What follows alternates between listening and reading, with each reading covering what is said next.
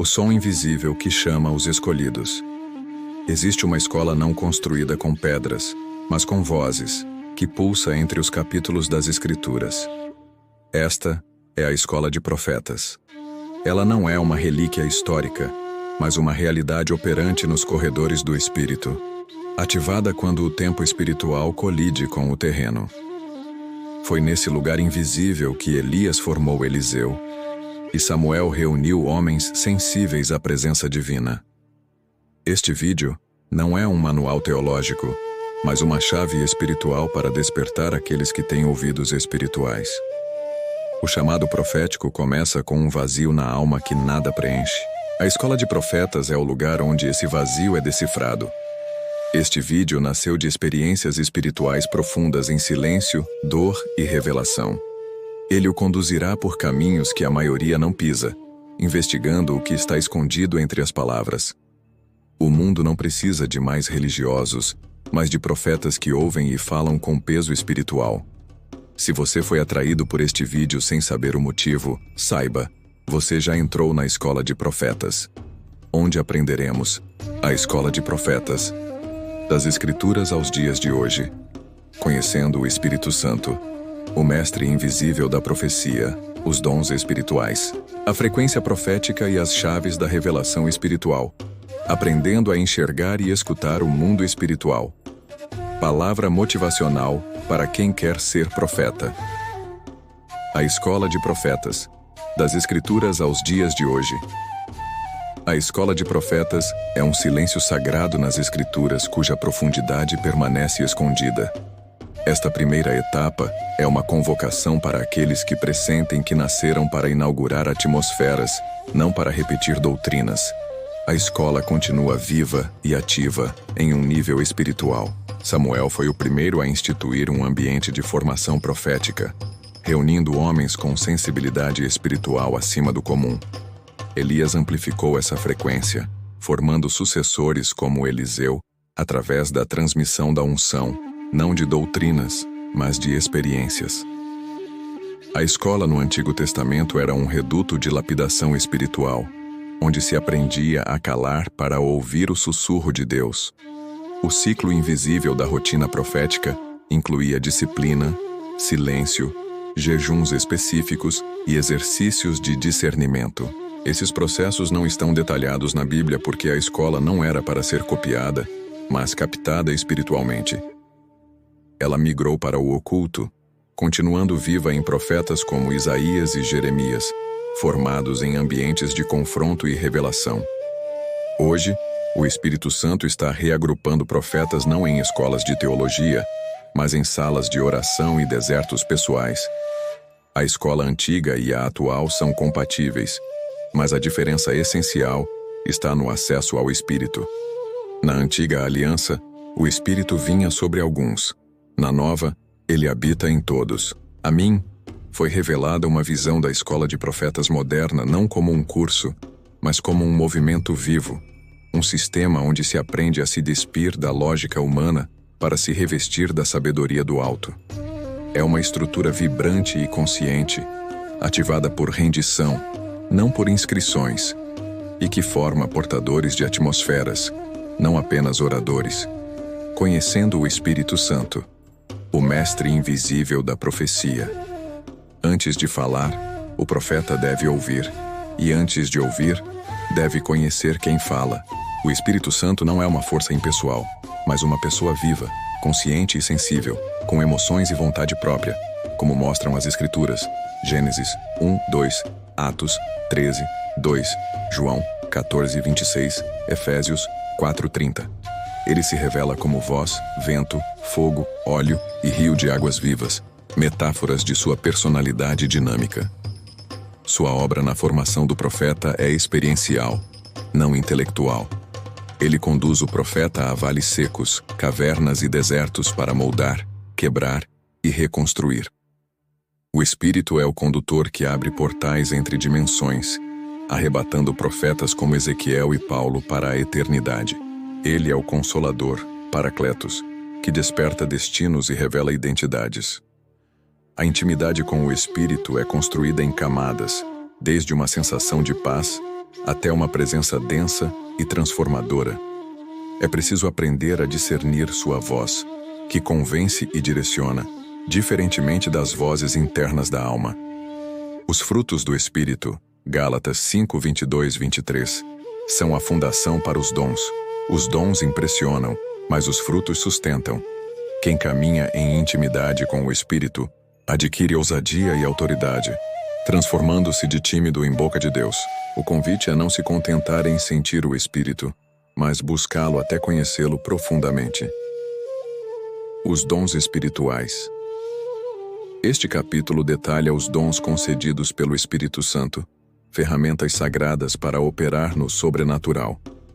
Dons de revelação, palavra da sabedoria, estratégia divina para momentos decisivos, como Jesus demonstrou ao responder sobre o tributo a César, ou Salomão, ao julgar a disputa das mães. É uma sabedoria celestial para lidar com dilemas terrenos, palavra do conhecimento, revelação sobrenatural de fatos ocultos, como quando Jesus expôs o passado da mulher samaritana ou quando Pedro discerniu o engano de Ananias e Safira.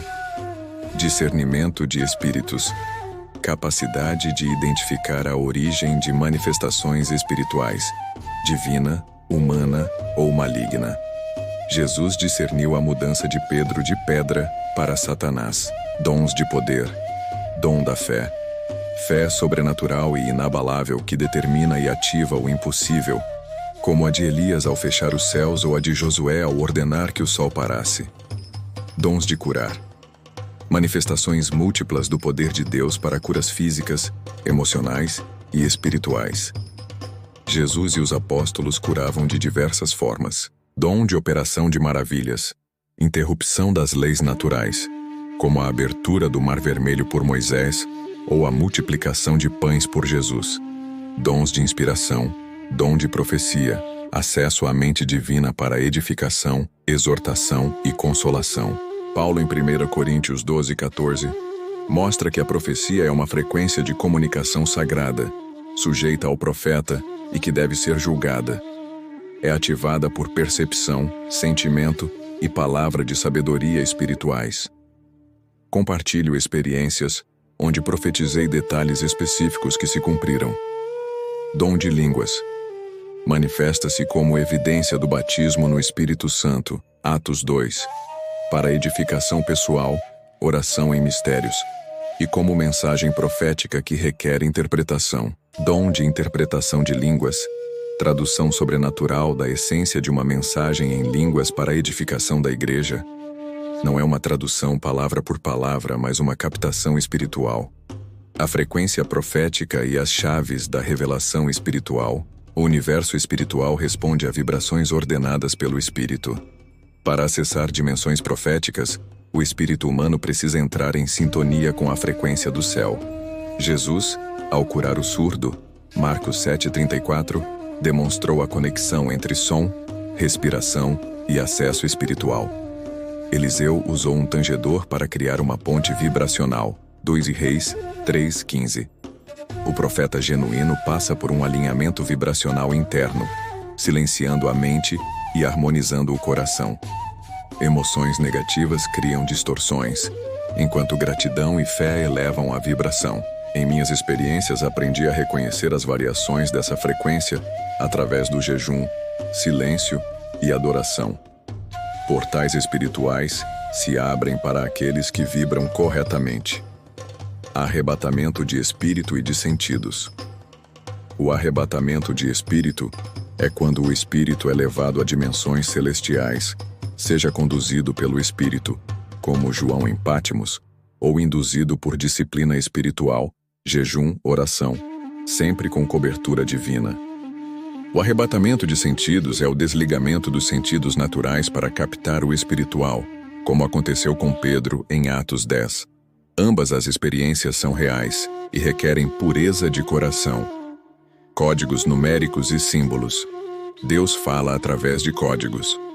Números como 3, conclusão, 7, plenitude e 40, prova, anunciam ciclos espirituais. Símbolos como fogo, purificação, juízo, e rio, movimento, carregam mensagens. Deus fala através de sequências numéricas e símbolos como chaves e portas, treinando-me para decifrar essa linguagem celestial. Interpretação de sonhos. Sonhos são mensagens codificadas do céu. A interpretação pertence a Deus, mas Ele a compartilha com os sensíveis. É preciso discernir a origem do sonho, divina, alma ou maligna, e interpretar os símbolos dentro do contexto. Jejum e oração são chaves de acesso que afinam a vibração espiritual. O jejum esvazia a carne e amplia o espírito, enquanto a oração profunda penetra camadas invisíveis. Daniel orou e jejuou por 21 dias até receber a resposta. Em minhas experiências, o jejum e a oração afinaram minha audição interior, permitindo-me absorver conhecimento instantâneo das dimensões proféticas. Eles não são para obter poder, mas para obter frequência e pureza que permitem a permanência nas alturas. Aprendendo a enxergar e escutar o mundo espiritual. Ativação da visão espiritual. Assim como a visão física é processada no cérebro, córtex visual, a visão espiritual também ativa um campo cerebral espiritual. Jejum, oração e consagração afinam essa antena espiritual, silenciando os sentidos naturais. A Bíblia fala da iluminação dos olhos do entendimento. Efésios 1:18. A visão espiritual é uma linguagem que precisa ser aprendida e registrada. Ativação da audição profética. O processo auditivo físico, ondas sonoras, ouvido, cérebro, tem um paralelo espiritual. O espírito escuta vozes e sons celestiais, decodificados no mesmo córtex auditivo, mas em uma frequência superior. Samuel ouviu a voz de Deus, 1 Samuel 3. E Paulo ouviu a Cristo no caminho de Damasco, enquanto outros não. Meus primeiros passos na audição profética começaram com sons distantes que, com consagração, se tornaram uma voz clara e familiar. A audição profética exige intimidade para reconhecer a voz e sensibilidade para distingui-la de outras vozes internas. É necessário limpar os ouvidos espirituais através do silêncio e da renúncia. Palavra motivacional para quem quer ser profeta. Ser profeta é uma missão nobre e dolorosa. É caminhar com o coração em chamas e os pés feridos. É ser escolhido para ouvir o inaudível e ver o invisível, suportando o que muitos não suportam. Não é para quem busca aplausos, mas para quem suporta desertos e silêncios. O profeta é levado. Não escolhe onde ir. Repete. Não inventa o que dizer. As noites em claro, os jejuns e as orações abafadas não são em vão. Deus está moldando em você a linguagem da eternidade. Quando todos se calarem, Ele levantará sua voz para rasgar o tempo e incomodar a injustiça. O mundo pode não te entender, mas o céu te conhece pelo nome. Cada lágrima é uma profecia em forma líquida. Não desista. Não negocie sua unção por aceitação. Você não é um acidente. É um projeto profético. O mundo precisa da sua voz. Coloque a mão sobre o peito e declare: fui chamado. Estou sendo forjado. E serei levantado. O profeta pode chorar, mas cada lágrima carrega uma mensagem divina. Seja uma tocha viva nas mãos do Altíssimo. Conclusão. Esta jornada pela Escola de Profetas acessa dimensões espirituais. Revisamos a essência do chamado, o Espírito Santo como mestre, os dons como ferramentas, a sintonia da frequência profética e a ativação da visão e audição espirituais. Jejum e oração são as tecnologias para esse alinhamento. Não espere ser compreendido ou aplaudido. A trilha do profeta é de silêncio e pedra, mas aquele que caminha com Deus jamais será confundido. Receba agora a unção profética. Sinta o manto sobre seus ombros. Ouça a voz que ecoa dentro de você. Filho meu, tu és minha boca sobre a terra. Profetiza. Erga-se como sentinela. Você é a resposta do Eterno. A terra geme aguardando sua manifestação.